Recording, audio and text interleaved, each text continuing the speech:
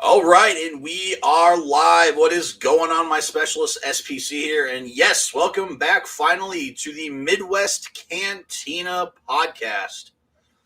So, guys, we got ourselves a very interesting topic today, and I knew exactly who I needed to get here on the channel because, man, me and this guy, we have such back and forth conversations over Instagram a lot about movies. So, I had to get this guy on. So, guys, please welcome AJREACTS2. Austin, thank you for having me. I'm excited for this topic. It's always interesting to hear folks' hot takes, and I have a lot of them, so it's interesting to see people's reaction when I tell them mine. So I'm ready to get into this. Let's get it. All right, looks like we got somebody else who's going to join us here. Luke Reviews. I suppose I'll sprinkle some of my own spicy takes here and Luke there. Reviews. So, all right, guys, we each have five to six films that we are going to talk about each that we have very unpopular opinions about.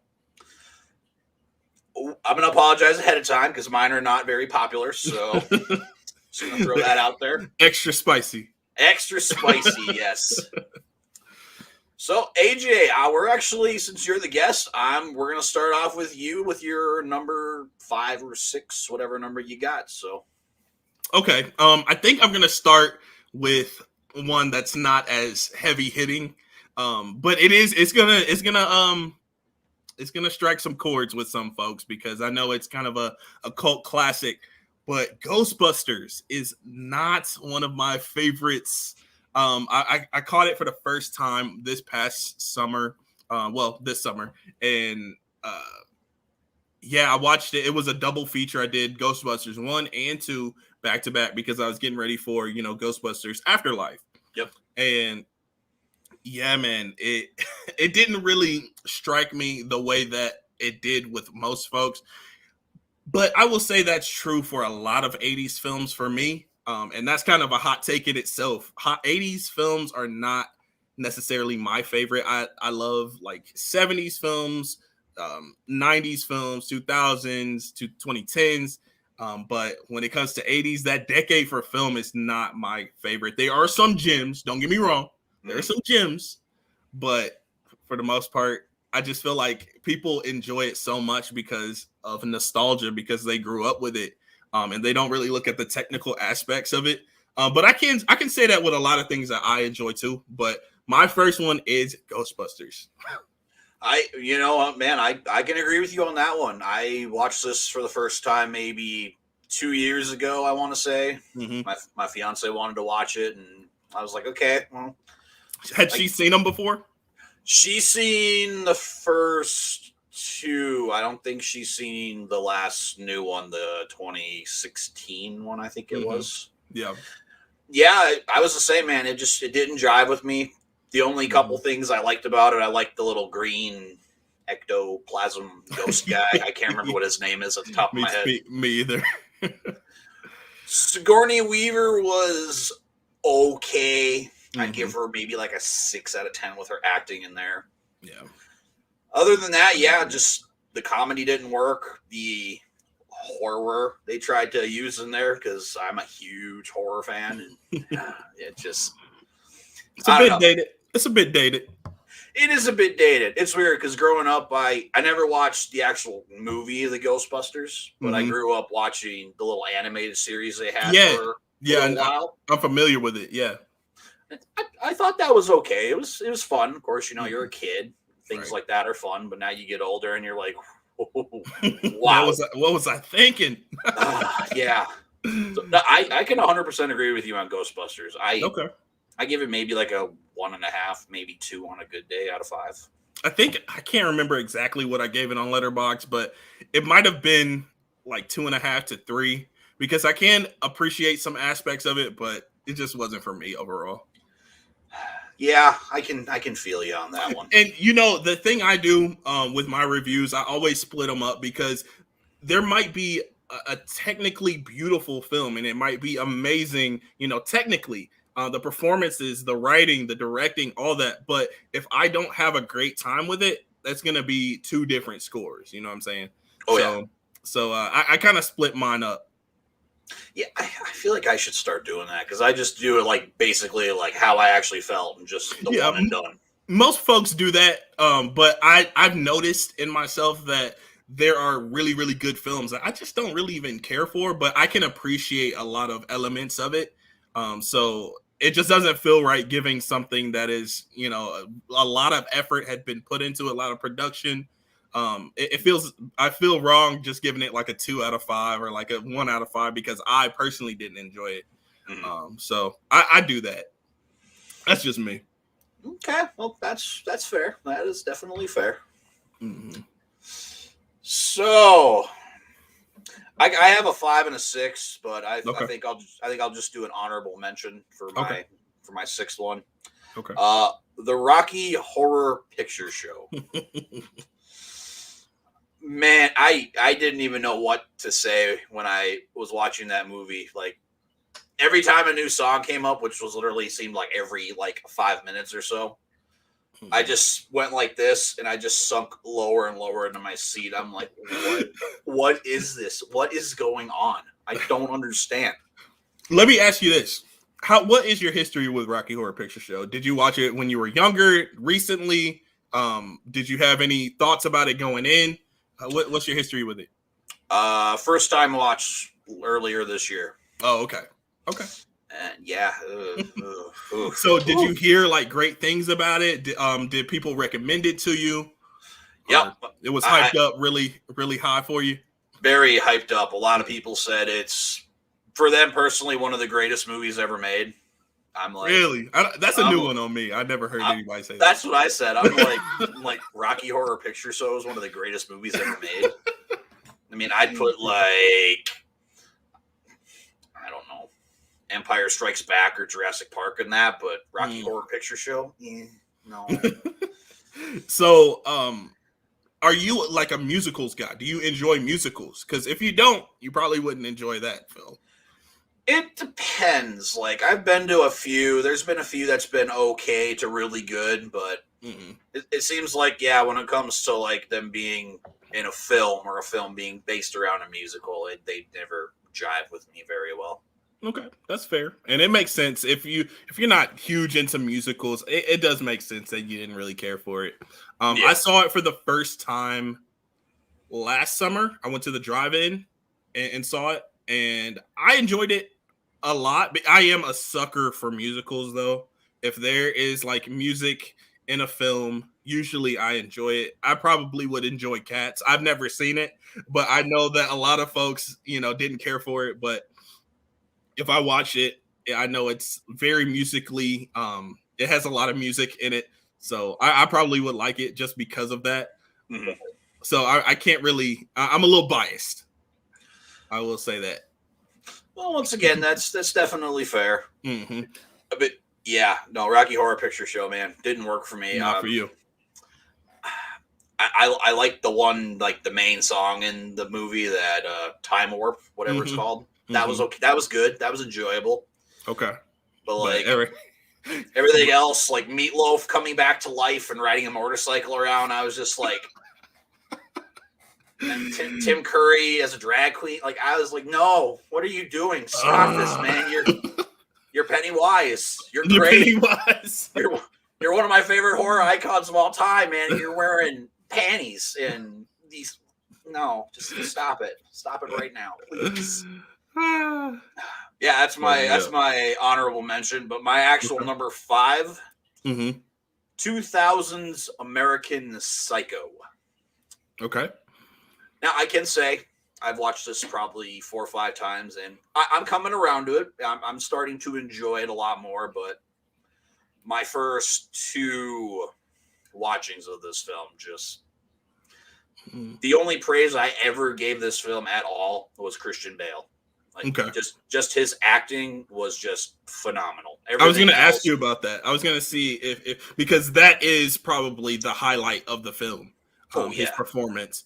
So I was going to ask you if you enjoyed his performance at all, putting everything else aside. But I do see where you're coming from with it. It is. I feel like American Psycho is an acquired taste. It's not for everybody, for sure.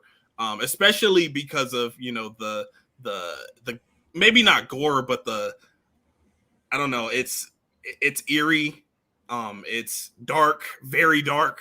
Yes. So if you're not, into that kind of thing, I understand why you didn't care for it. Personally, it's iconic to me. I think it has a lot of elements that these horror filmmakers are using from this film. And like you said, Bale, he killed it. I'm glad we can both agree that Bale was really good in that one. But it's unfortunate you didn't care for it. It's unfortunate, but yeah, I mean, well, what Luke is saying here, this is one of the main scenes that's made me start to come around to this. In '87, Huey released this for their most accomplished album. I think their undisputed masterpiece is "Hip to Be Square," a song so catchy. Most people probably don't listen to the lyrics, but they should, because it's not just about the pleasures of conformity and the importance of trends, but also a statement about the band itself. Hey, Paul. Gosh. That part is great. I love that. Me and my buddy Ethan, we've been joking around about that for a while already. Yeah. But it's like I said, it's coming around. There's some side characters I don't like. Honestly, I can see that.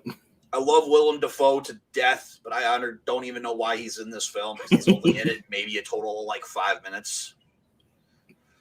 So that kind of eats at my soul a little bit, because he deserves so much more. But it's really that last, the ending part really kind of confused me. I'm like, so it was this all real? Demented? That's the part that this last rewatch, I think I watched it last October, for around Halloween time. I rewatched it, and the first time I watched it, I did not catch that. I didn't pick up on, is this real? Is it fake? Is it all in his mind? Is he demented? And I didn't pick up on that before, but last rewatch, it kind of blew me away, and it made me enjoy the film even more. But it is kind of open-ended. It's a little open-ended. And then they made American Psycho 2 with Mila Kunis. See, I didn't even give that the time of day. Is it worth watching even? No. Okay. No, okay. I saw that was made, and I was like, nah. All I can tell you is, if you didn't like the first 90 seconds of Alien 3, you wouldn't even like the first 90 seconds of this film. Okay. But I haven't seen Alien 3 yet, but okay, I've seen Alien and Aliens, but okay, Alien 3 and Prometheus, but I'm just gonna say Alien 3 very underrated. A lot of people hate it, and you'll see in the first 90 seconds of the film why people despise it so much. Okay. So, yeah, American Psycho. That's my number 5. Okay, sweet. I guess I'll do my number 4. And I'm trying to figure out which one I want to do, because I did pick 5. I kind of want to keep the good one till the end. So maybe I'll just go with this one. There was a film released last year on Netflix, a Netflix original film called I'm Thinking of Ending Things. And that movie is the bane in my existence.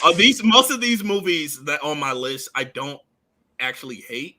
And I don't usually hate films at all, because I realize that there's a lot put into film. There's a lot of effort. There's a lot of writing. There's a long process to make a film. And I don't usually hate them just because of that, even if I don't enjoy them. But this one, I am kind of on the verge of hate, because it just makes my blood boil just thinking about how confusing, how non-cohesive this film is, and it doesn't really feel like a movie. I was saying this before the stream, but it doesn't really feel like a movie. It feels like just a lot of scenes just thrown, together, cut together. Now the performances, Toni Collette, and the other actors in the film, the performances were decent. They were good.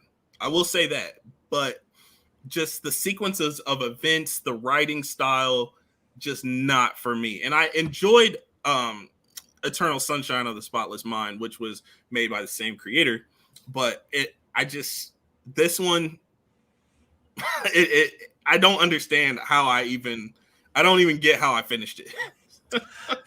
Yeah, man. I don't. To get ready for the stream, I watched it this morning, and that was a rough film to get through. It was rough, and a lot of folks like it, so that's why I put it on the hot take list. But I don't know. It's not for me at all. Yeah, I mean, like going through the film, like there really wasn't anything I liked. Like I again, like you just said, Toni Collette. For me, that was the only good thing in this whole movie, and I gave it like a half star because it was about right for me too. Yeah, that was so rough. I think I paused the movie like 3-4 times, and I think I looked at my phone more than I actually watched it.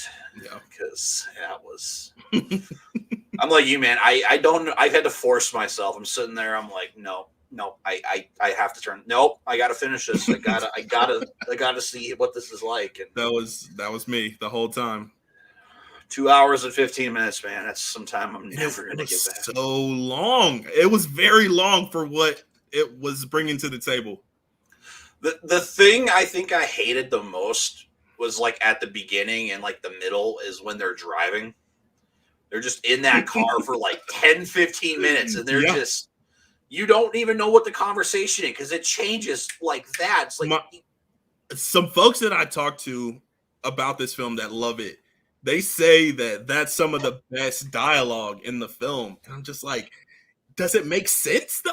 Like, does it have a message? Now, if it had a message, if it all came together at the end, everything made sense, I would give it a higher score. But we got to the end and everything still didn't make sense. So yeah, it's just like with American Psycho. Like, is this chick crazy? Like, are these people crazy? Like, I was waiting for like something to happen because like they showed the closet door and it's like, okay, what's going on here? Something's going on here, and then they never show us anything. It's like you did all this build up for that one door, and there's just nothing, no payoff, nothing. So true. Yeah, no, rough. Another rough one. So, you've been waiting for this one, AJ. So, my number 4, Lord of the Rings: Return of the King. I know, man. My heart. I will even willingly say it's my least favorite of all of the Lord of the Rings films. Like, that's another hot take. Yeah. Like, so let's get into why you feel this way, man. Why do you feel this way about Return of the King? I think the biggest thing overall is the runtime. Like, it's very long. It jumps for me too. I like the other ones. Like the first one is a very solid story. It doesn't veer off anywhere. Then you get to the Two Towers, which is my personal favorite out of all the Lord of the Rings films. Okay. It veers off into 3 stories, but here it jumps one place for 10 minutes, then you're with another set of characters for 10 minutes, and it's just constantly doing that. Okay. The final battle, it's way too CGI'd. There's just too much going on. I'm trying to like focus on this fight, but this one's right here, so then I gotta pay attention over here. It's just too much. It's just all over for me. It's just jumping around. I feel like the actors also don't really put in a lot of the effort they did in the previous ones, except for Elijah Wood and, of course, obviously Andy Serkis as Gollum.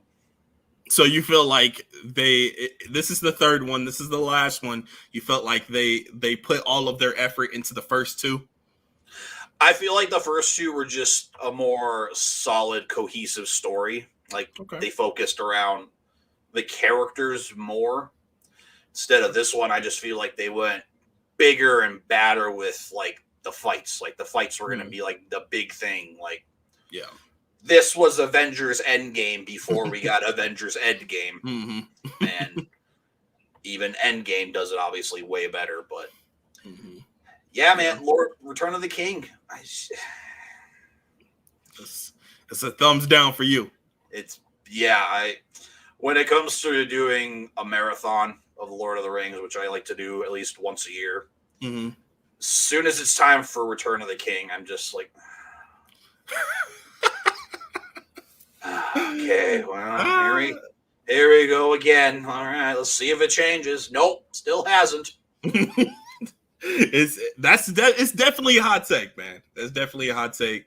Personally, I really enjoy this franchise a lot. I love the Middle Earth saga, and but Return of the King, I will say it's not my personal favorite, but I do enjoy it for what it is.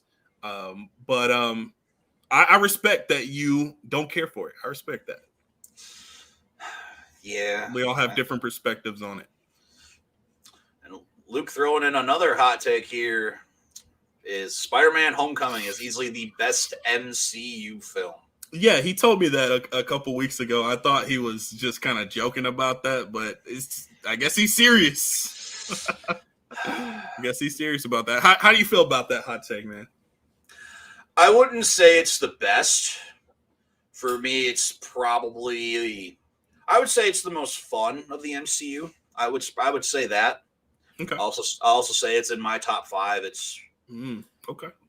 My number 1 is Infinity War, Civil War, Guardians of the Galaxy, and then probably Homecoming. And then I bounce back and forth a lot between either Black Panther or the original Avengers. I bounce back quite a bit. Okay. For top 5? Yeah, like my top 5 in the MCU. So okay, sweet. Endgame is nowhere to be found around there. It's like top 10. Okay, but it didn't quite make the top 5.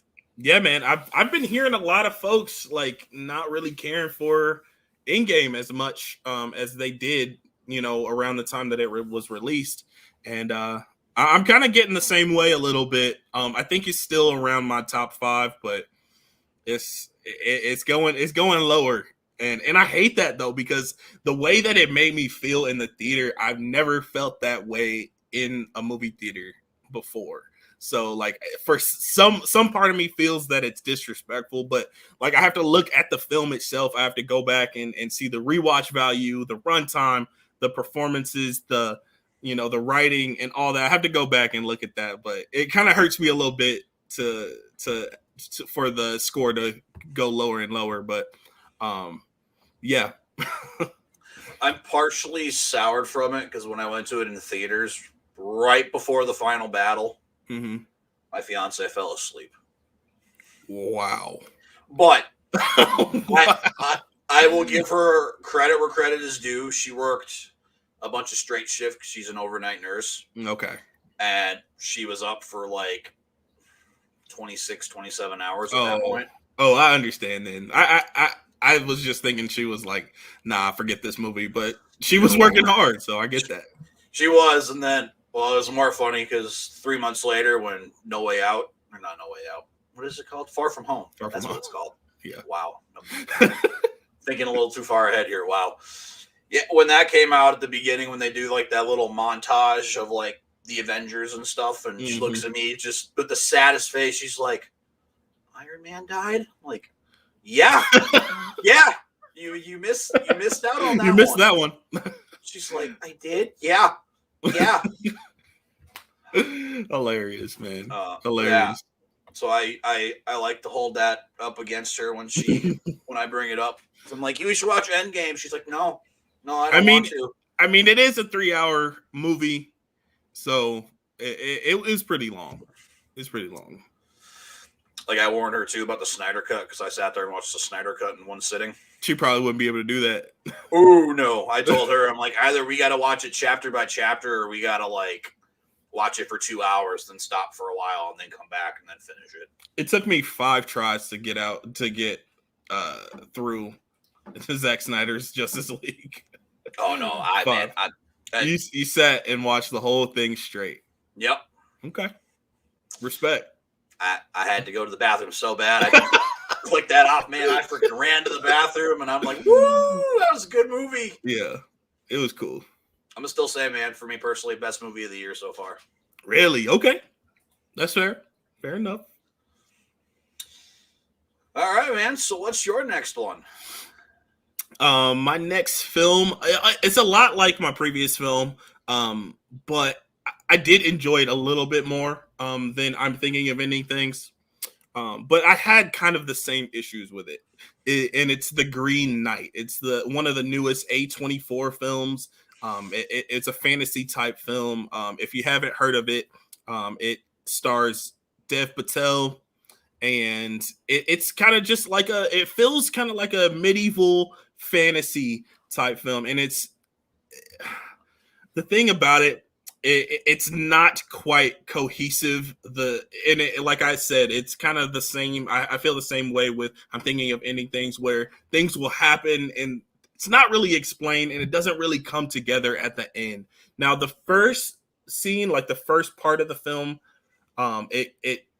it makes sense, and then when we get to the end, it kind of makes sense. But like everything in the middle, it's just kind of random and it just kind of thrown at you, and it's just a lot of okay, just go with it type vibes. And I don't like that. I like when things happen in the film, I might not know what it's all about, but at the end, it all comes together. Now, with this one, it did not. So I'm going to have to definitely put this on the hot take list because a lot of folks liked it. Pretty much everybody I talked to enjoyed this film a lot. They give it like a 4.5 out of 5, 5 out of 5. And I'm just like, yikes, you guys, we watched the same movie. So, yeah, I had the same feelings when I'm thinking of ending things. Was it a first time watch for you? Oh yeah, it just released not too long ago. So yeah, I saw it. I think I saw it the Thursday of the weekend it was supposed to be released. So I caught it a little early. And yeah, not for me, man.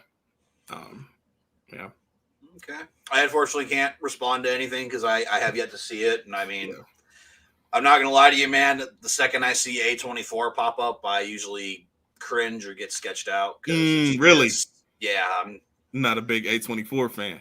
The only one I've enjoyed has been Hereditary so far. Okay. Okay, cool. And yeah, that'll be one of those films will be a nice, good hot take here at the end. I know a lot of people love the film I'm going to talk about. But I think I know. I think I know what you're. I think I know what you're talking about. Yeah, I guess you'll have to find out, though. So, oh man. So my next film, The Wolf of Wall Street, which I did see it earlier from Luke. Wolf of Wall Street is a solid 10, technical masterpiece, but doesn't make me feel anything after finishing it. I'm sorry to say I felt that the entire way through this film. Okay. Again, much like a previous film I brought up, the performances were good. Like, you can definitely tell, Leonardo DiCaprio was having an absolute blast with this film. You can definitely tell that. But other than that, the story didn't catch me at all.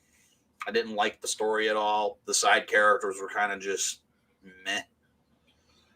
I mean, Margot Robbie is, Margot Robbie. Margot Robbie is Margot Robbie, but yeah. She did good. I thought she did good for what we got of her. Man, I'm telling your fiance, man. Hey, do what you got to do, man. I mean, I'll take the heat, man. Margot Robbie, got to cool down a little bit. Wow.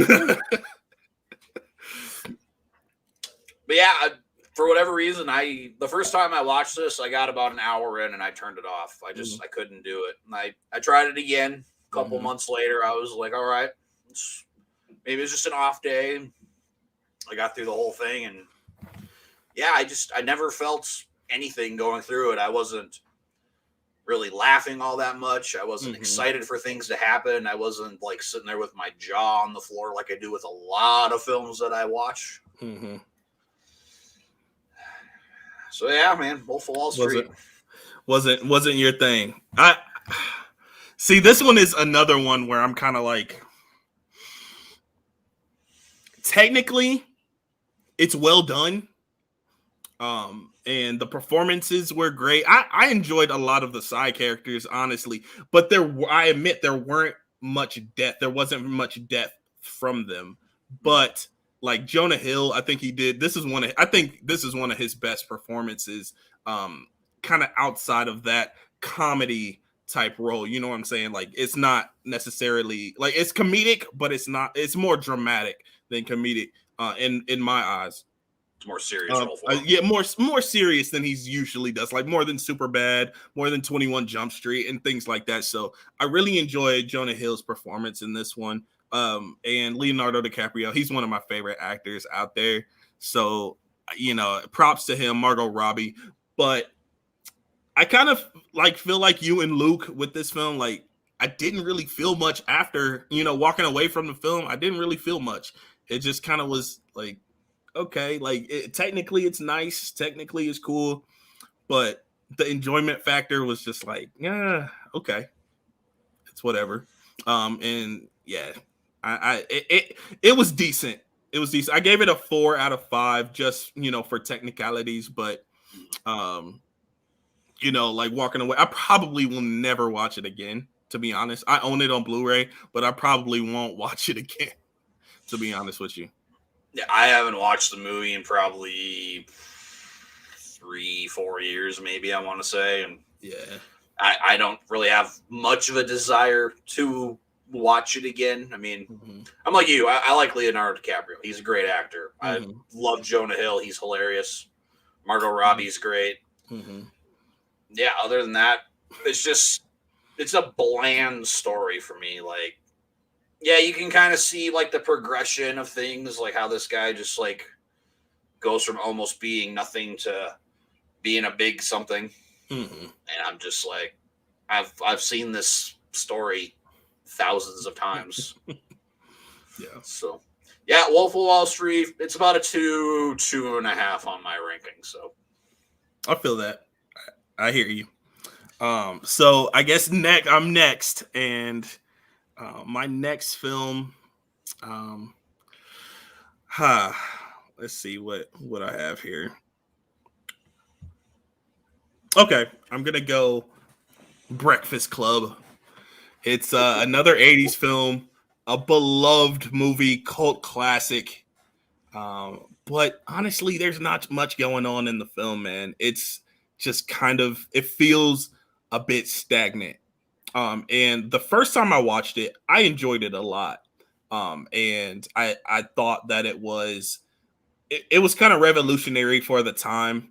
And it was a very awesome coming of age film. That's kind of what I thought going in and seeing it for the first time. The second time I watched it, I was just like, what is this movie about? Why is it happening? Why are these things happening? Who cares about these people? So that was just kind of my thoughts about Breakfast Club, which it's not a film that I hate, which, I don't really hate much films, like I said earlier. And, it's definitely one that I could go back and watch one day. But along with a lot of 80s films, just not for me. So what I gotta know, what is it about the 80s films that just don't jive with you? I think number one, they feel dated. They feel like they don't necessarily, a lot of them don't feel timeless. Like 70s films, sometimes 60s films, I feel like some of them are like timeless, like 12 Angry Men. I think that's 50s. 12 Angry Men, Casablanca. Like some of those classics are they're timeless. Now, like The Breakfast Club, to me, it just feels like of its time. It feels like it's not, like if it was made today, it wouldn't be the same. It wouldn't have the same type of following. It wouldn't have the same, feel to it, authenticity to it, as it did in the 80s. And, when I was growing up, I didn't watch a lot of 80s films. My parents didn't show me a lot of 80s films or television shows or anything like that. They showed me, 60s, 70s films. And then, obviously I grew up in the 90s. So I, watch 90s movies and 90s TV shows and stuff like that. So, and the 80s just wasn't a decade that I was aware of until I got older, as far as film is concerned. And yeah, now I'm going back to watch all of them, and it's just like not for me. I'm not opposed to watching them. Like I will watch an 80s film if it's, presented to me, if it's recommended, like an 80s film is recommended, but like when I watch them, generally I'm like, nah, not for me. Do you have any 80s films that you really like? I do have some. The Star Wars films that were released in the 80s, I think Empire and Return of the Jedi, right? Both of them were in 80s. So I do enjoy those. The Indiana Jones films that were released in the 80s. Let's see. The Fly. I love The Fly. I just watched Big. I enjoyed Big, Tom Hanks. So those are only ones that come to mind, but I'm sure there's more out there that, I enjoy, but like, I don't know. I can name a lot more that I don't like than the films that I do. How about John Carpenter's The Thing? The Thing, it was decent. It was decent. It was decent. It just wasn't revolutionary to me. Okay. That's fair. That's a hot take. Yeah. It's a hot take. I just saw your face. I'm like, oh, this popped in my mind as soon as that happened, man. More like AJ No Mercy to Give. I mean, right. It's kind of like you and I, like we talked about a little bit earlier before we even started the podcast, Everybody's grown up different ways. Everybody likes their own, string of movies and stuff. Everybody's going to like things that we hate, and we're going to hate things that people like. I mean, right. I have a huge example right here. I have come to really enjoy and like this film over time. I saw that poster lingering in the back. I was wondering about it. Not quite top 5 either, but I still enjoy it quite a bit. I mean, I love Star Wars. I'm the Star Wars guy and the Star Wars guy in my neck of friends or whatever. I've had people call me and just be like, "Hey, Austin, I got a Star Wars question." I'm like, "Well, good to talk to you too. What do you got? Let's hear what you got to say." Nice. I didn't get into Star Wars until Force Awakens came out, so I do. Even though the sequel trilogy has its faults, it has its flaws.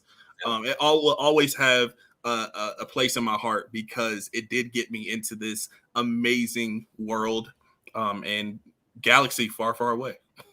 Yep. See, man, I'm kind of like you with. So when you went to Endgame and you had that in-theater experience, that was me when I went to go see The Force Awakens, man. I felt like I was 10 years old. Easily, hands down, the best movie theater experience I have ever had in my entire life. Okay. Everybody's clapping, having fun, Han gets stabbed. Everybody's like, oh. Wow, I really wish I was at that theater because everybody was kind of boring at my theater. Oh, yeah, man, my theater was vocal. Like, the second the Star Wars theme popped up, everybody's all clapping because it's the first time in 10 years we've heard it. And the film ended. I was the first one to get up from my seat, and I clapped as hard as I could, man. I love that movie. I love The Force Awakens so much. Now, how many times have you seen that film? Now, I know you probably can't come up with a specific number, but what about like a roundabout number? 6 or 7. Okay. It's about a 4.5 out of 5. It's not quite a 5. Just like Revenge of the Sith, that's my second favorite Star Wars, and that's not quite a 5. 5 out of 5. Yeah. Okay. The CGI was a little bit better. I think I can agree with that.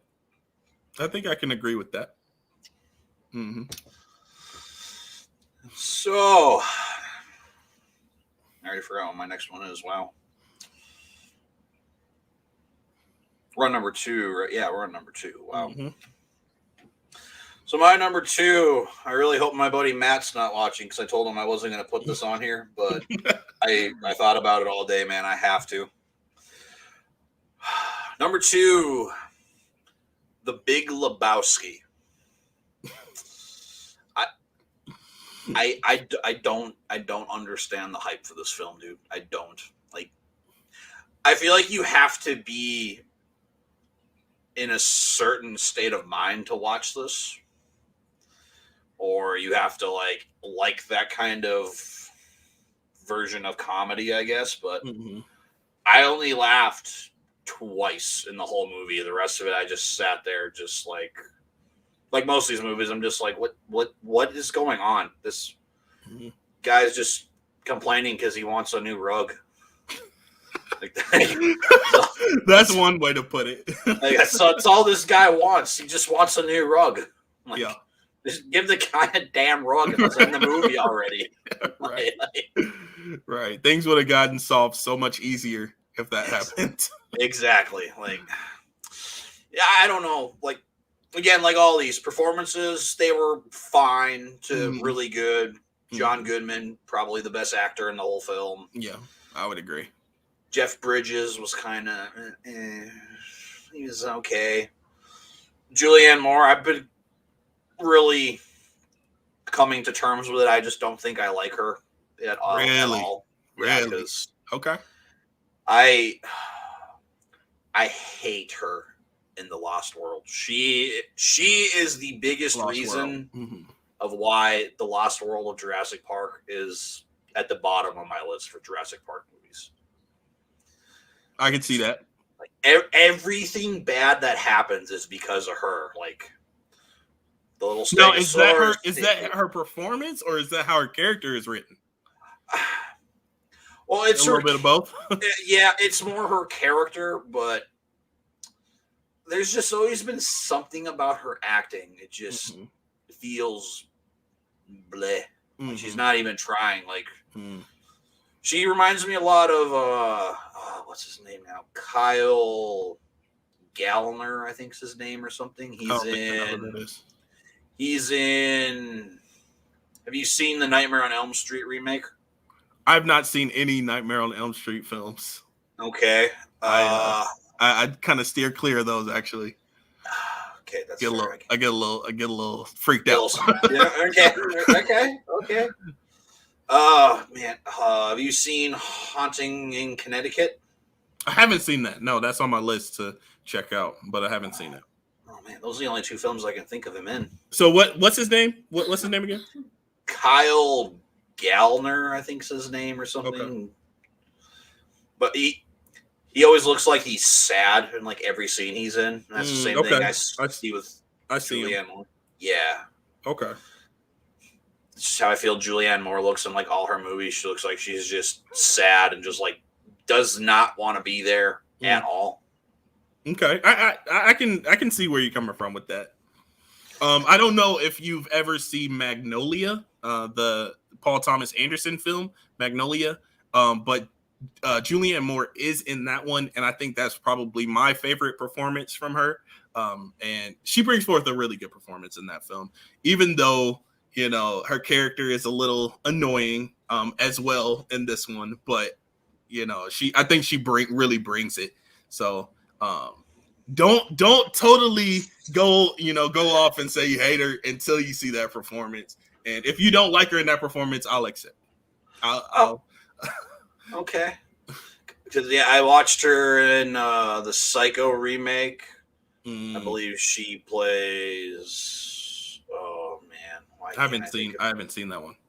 You haven't seen the remake? Not the remake, nah. I've seen the 1961. Okay, you're not missing much. It's literally beat for beat of the original film. Just really bad actors. Oh, yikes. Yeah. Oh, I can't think of what her name is. The sister's name in Psycho. Not Lila. I think that's the name. Yeah, Lila. She plays Lila in that film, and yeah, she's the same way. Lila Crane.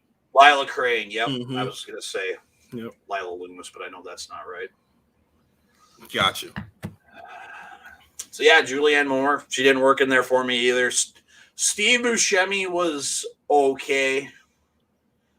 Mm-hmm. He's another kind of hit and miss actor for me. Like I think he's good in like the Adam Sandler movies he's in. Mm-hmm. But it seems like everything else I've seen him in, I'm not a big fan. Like I thought he did good in Fargo. I thought Fargo was actually a pretty decent performance for him. Mm-hmm. But unfortunately, he's overshadowed by William H. Macy in that film. He is. I agree. Yeah, man, Big Lebowski. I don't get the hype for it. Don't jive with it. I don't at all. I think I gave it like a 1. Whew. Okay. It was my last year. I did a ranking of like my top 20 first time watches of 2020, and that was number 20. Okay, that was the last one, huh? Yeah, that was at the bottom. Not for me. I probably will never watch this film again. Okay, understandable. I feel like it is kind of an acquired taste. I mean, when I watched it for the first time, I believe in 2020, last year. That was the first time I saw it.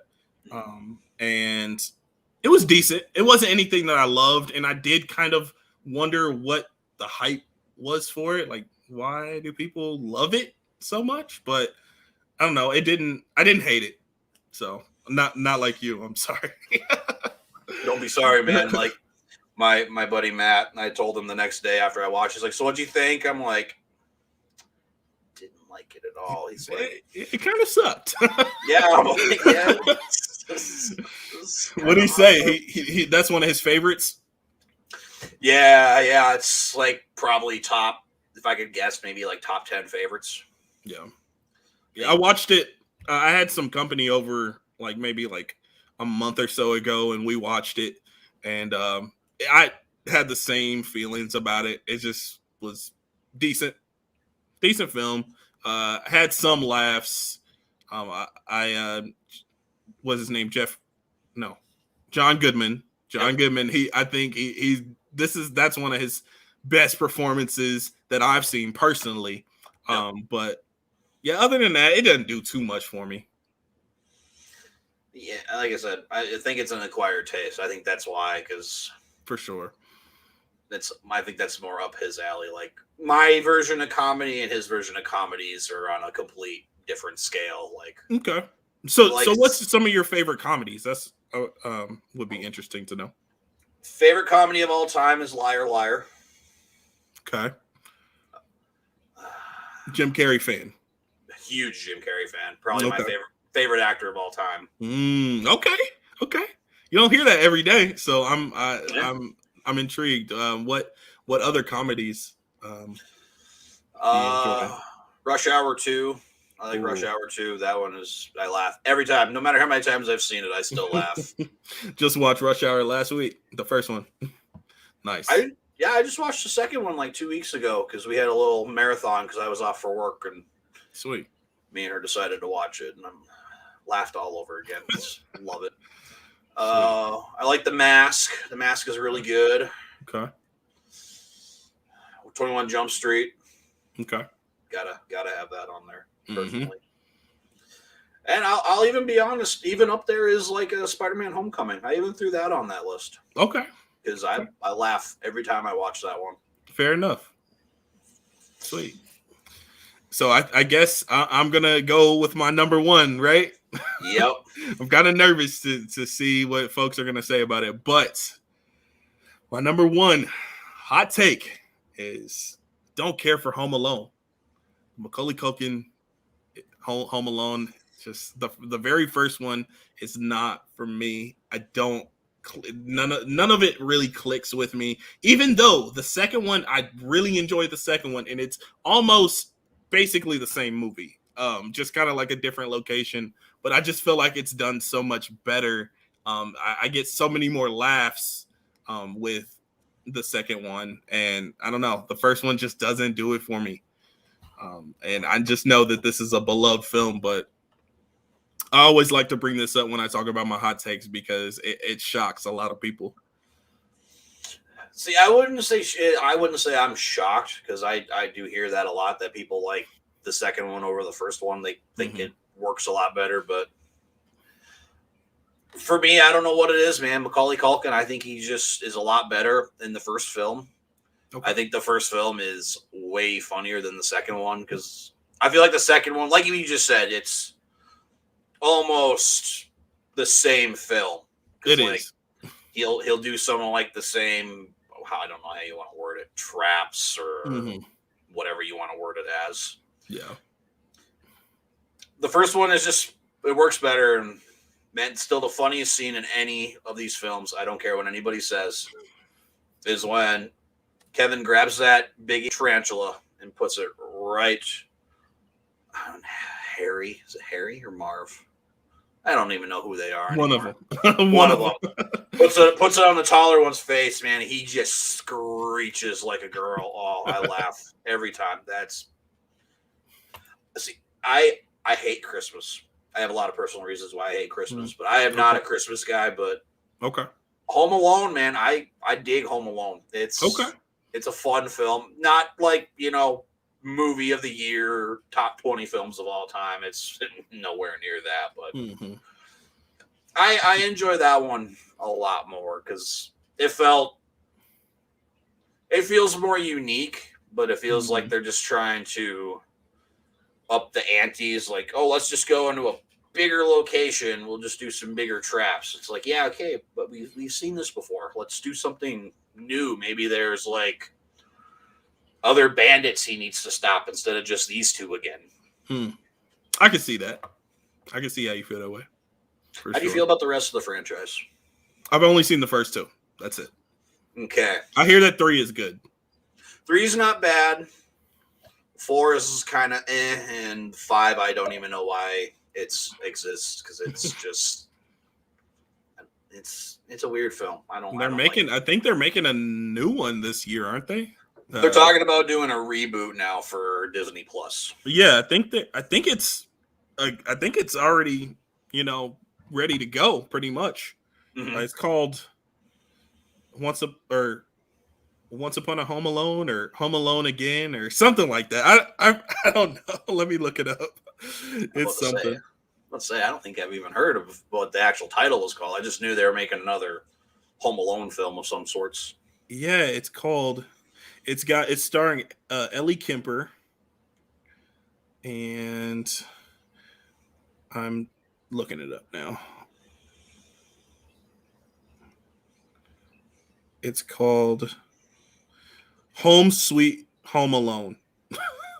Home Sweet Home Alone. Yes. Wow. That's real original there, guys. Real, yeah. It's bad. AJ, you're the naughty list this year. Oh shoot. Yeah. I don't know. Something about it. It's not for me. But yeah. Moving on to your number one, man. Your very last one. The one that's gonna shock the world. This is another film, man. I feel like it's just aimed towards an audience that I'm nowhere near a part of. My number one is Midsommar. Now, I will say this.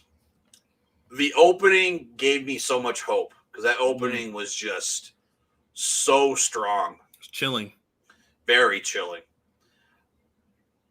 Where did it go after that? Because it's more when they get to the actual village or whatever you want to call that. That's commune. Commune. It's where I just really lose a lot of it. Because I only give it half a star, honestly, just because of that opening. And that was it for you. Yeah. I will say this, it's a beautiful film to watch. The directing by Ari Aster is great. His use of colors in this film compared to Hereditary is very polar opposite. Yeah. So it's a beautiful film to watch, but after that, I don't like any of the characters. The scares, the horror, whatever you want to say. It's too far left for me. Okay. Not that I'm opposed to watching, like strange horror like that or unique horror, however you want to word it as. Yeah. It's just more, just not me. Like, and all the weird stuff they do, like, they're constantly like getting high basically through the whole film, drinking stuff and hallucinogens and things like that. Yeah, all that. It throws me off. I don't really like all that stuff. Like, it's cool to see like what's going on in the background, because there's one scene where you see like the sister's face in one of the trees and stuff, and it's like, okay, well, I saw that. And the scene where like the two old people like jump off the cliff and stuff, like that was chilling. I was like, it was like, wow. Yeah, it's like what? I don't think we knew what was really happening at that point. Like, when that happened, we didn't really know that the film was going to go there, but it went there. Yeah, that shocked me. Like, my jaw was on the floor for that whole moment. And yeah, and then like one of them doesn't die, so they get like a big mallet, and and they show it. Mallet. Yeah, it was something else, man. Yeah, but yeah, I mean, I think I can understand why folks don't really care for it. I know, people that are kind of squeamish probably wouldn't like it. I know that you're not, because you love horror. So I'm not going to say that you're squeamish, but I can understand if people are squeamish, they wouldn't really care for the film, because it is pretty gruesome. It is pretty graphic at points.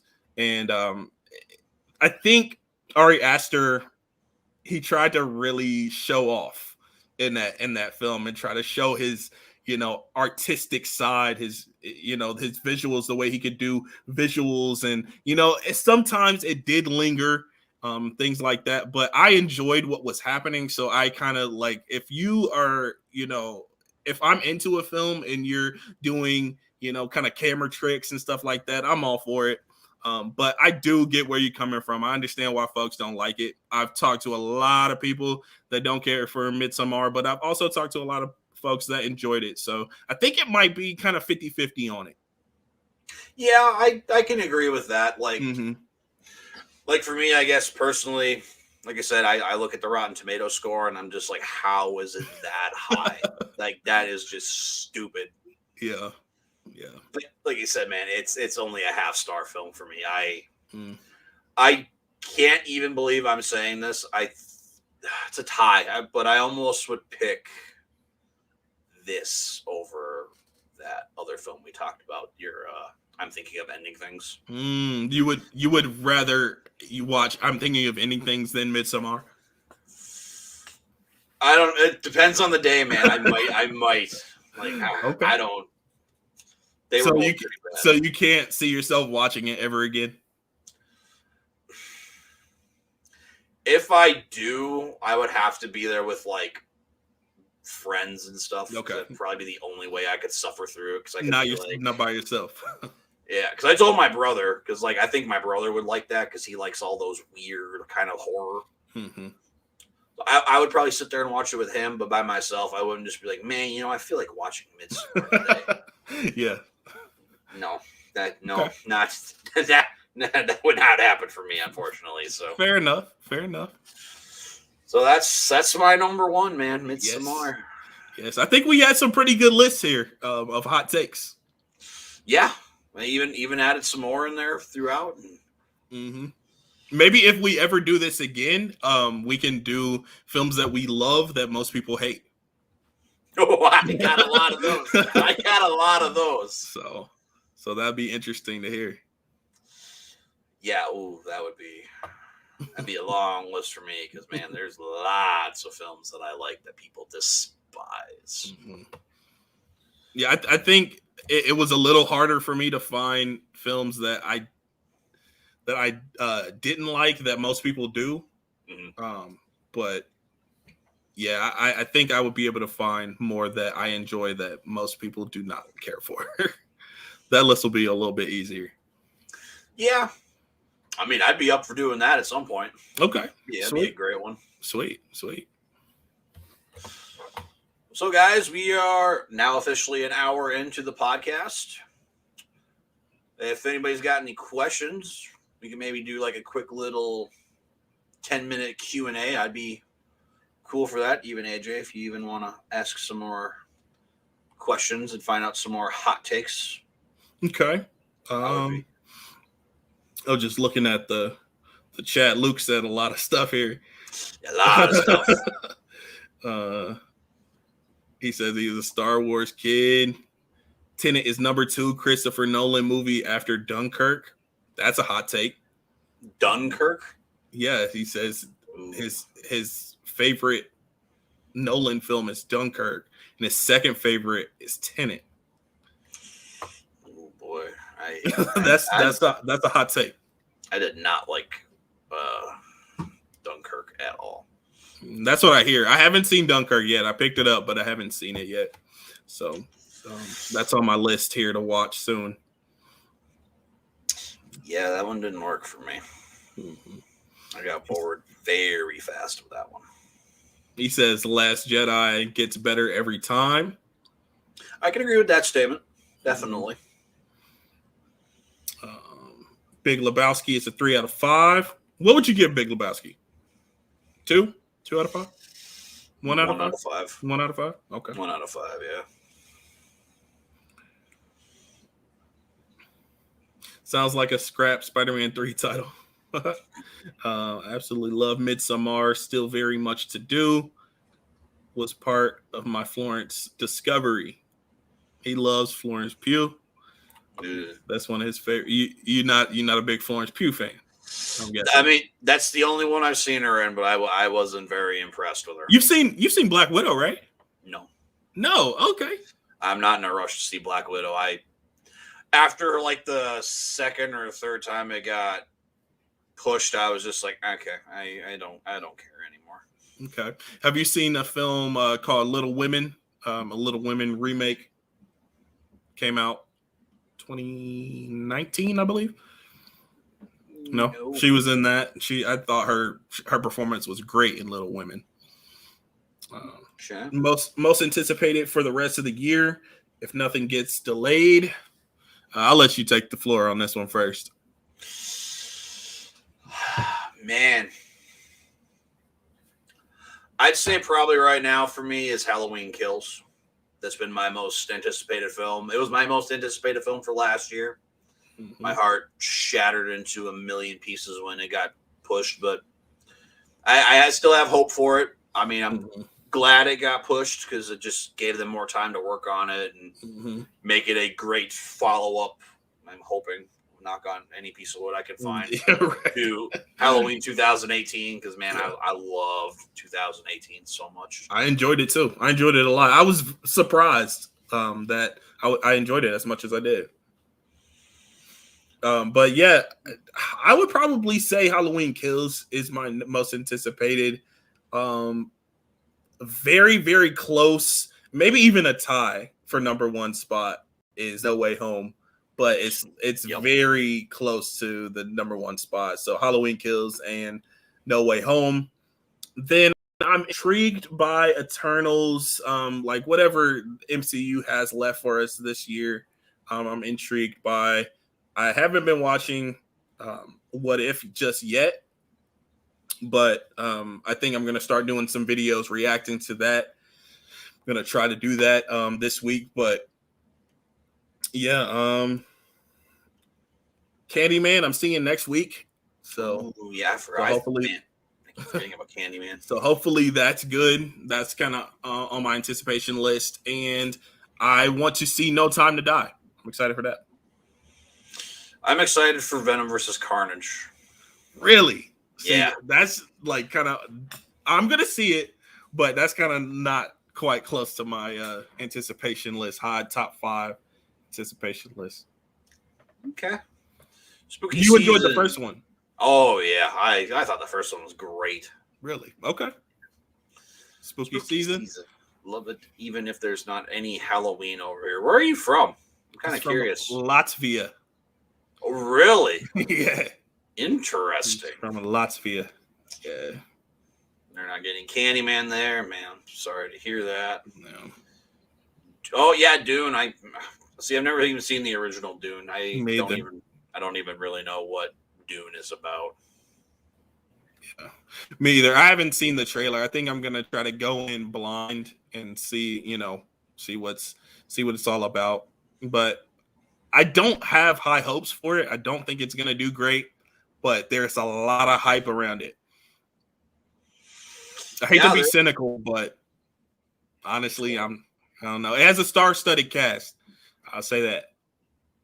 It's got quite a following. There's lots of guys I know. They talk highly about it. Like it's gonna be one of the best movies of the year. Yeah, but I hear that, but I don't know. We'll see. Yeah, I've heard that a handful of times in my life. Mm-hmm. So, what films have you watched here recently? I saw The Protege yesterday, starring Maggie Q, Michael Keaton, not Jake Gyllenhaal, Samuel L. Jackson. No, totally different. Way different person. Totally different. Wow. Yeah, Samuel L. Jackson, Michael Keaton, Maggie Q. I really enjoyed the film. I looked at the Letterboxd overall score for it, and it was like a 2 out of 5 or 2 out of 5, and I was just like, yikes. That's the one that I enjoy. That right there, people didn't really care for, but.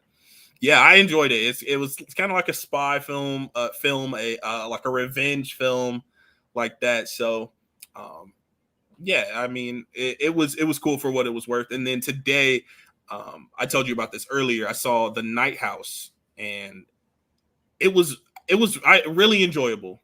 I really enjoyed it. Yeah, that's one I want to see because I've been hearing that quite a bit here for the last few weeks. I think days, I guess. I think if you enjoy horror, you probably enjoy this one. It's a different take on like a haunting film, like a ghost story. So, Today I just watched. Actually, right before we started this, I watched a film called A Taxi Driver. A Taxi Driver or just Taxi Driver? A Taxi Driver. Oh, okay, I never heard of that. It's a South Korean film. It's based off of the actual 1980s. What's this place called? Gwangju. There's like some riots and stuff over there about the I think it's like their president or something. Somebody got assassinated, so the military started taking over, and they're being very abusive and even killing people in the streets and stuff. And oh wow. It's all I can say, man. It's a phenomenal film. I gave it a 5. See, I need to get more into Korean cinema. I think you recommended a film last year that I checked out called The Wailing. Yeah, and I watched it. I enjoyed it. So it's definitely a lot more out there that I've been wanting to check out. But I just watched Old Boy not too long ago, and I have a hot take with that one. That one wasn't for me either. Okay, I haven't seen it yet, man. I want to see it so bad. Folks love it.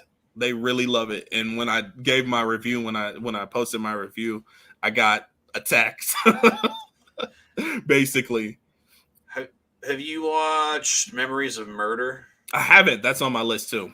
Ooh, that's a good one. Mm-hmm. Yeah.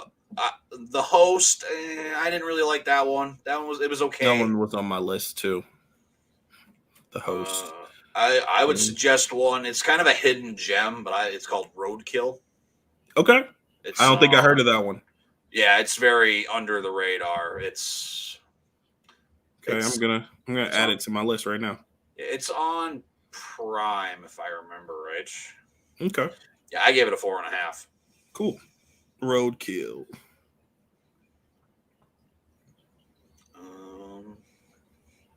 I've even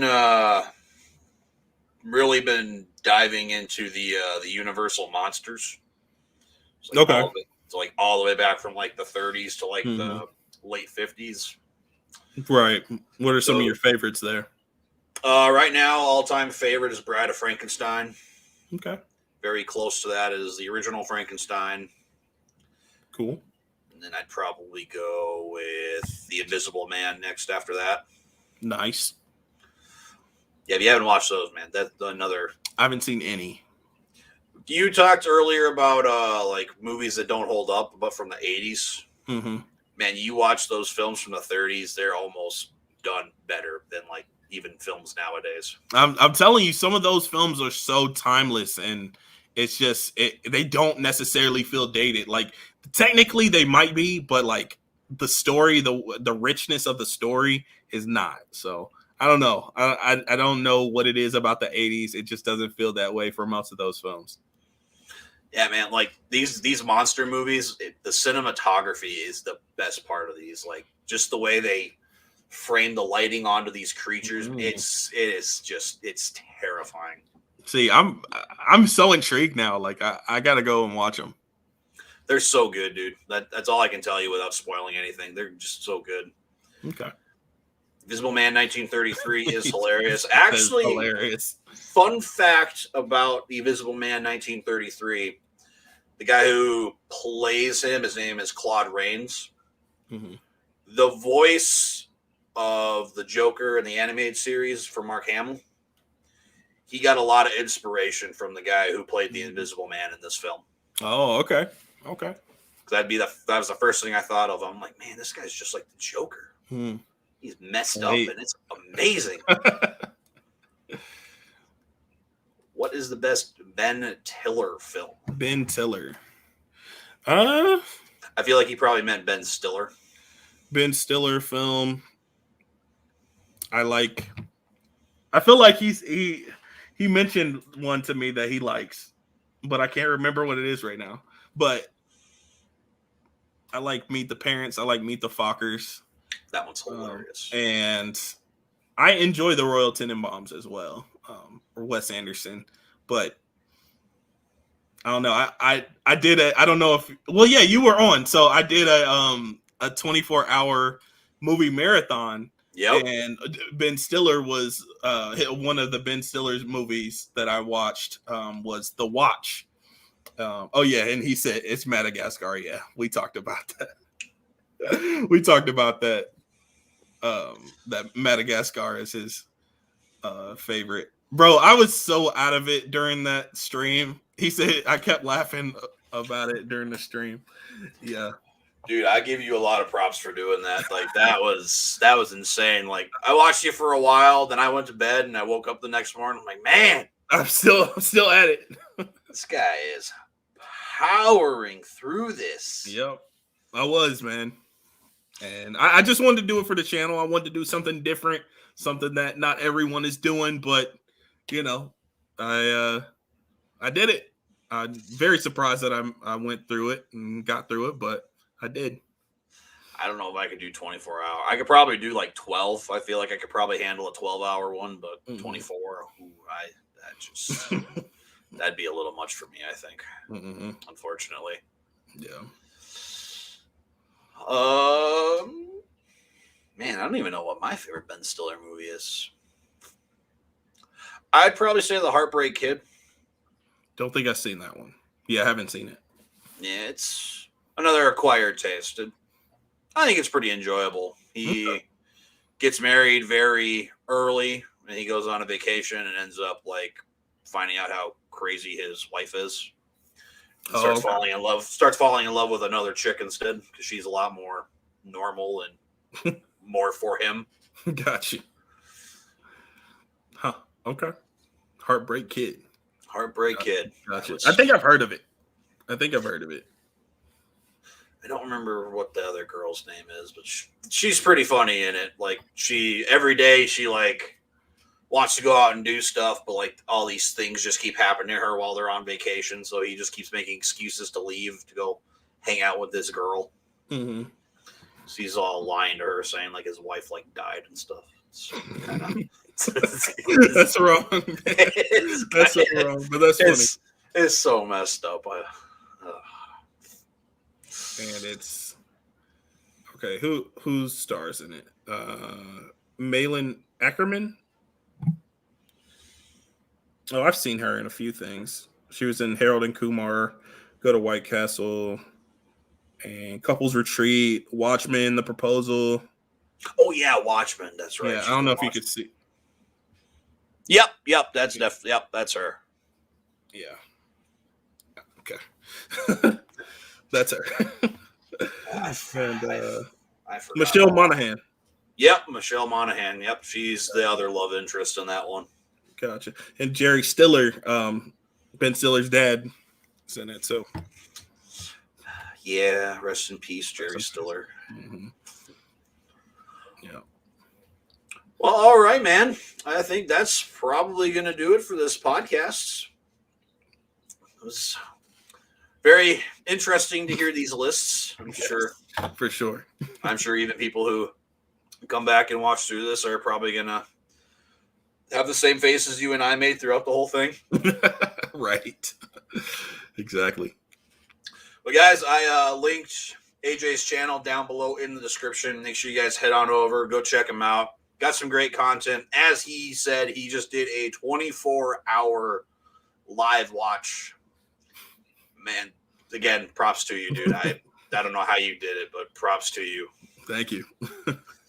Just passed 1,000 subscribers quite a few weeks ago. Let's keep them going. Let's get them to 2 here. Oh yeah, road to 2,000. Thank you for everyone who's supported me. Thank you for stopping by the streams, subscribing. Appreciate you, man. Yeah, never a problem. And I greatly appreciate you having me on the podcast. Oh yeah, definitely. I'm definitely want to have you back because I would like to hear this next topic with unpopular films that we both like because that'll be a fun one. Yes, it will.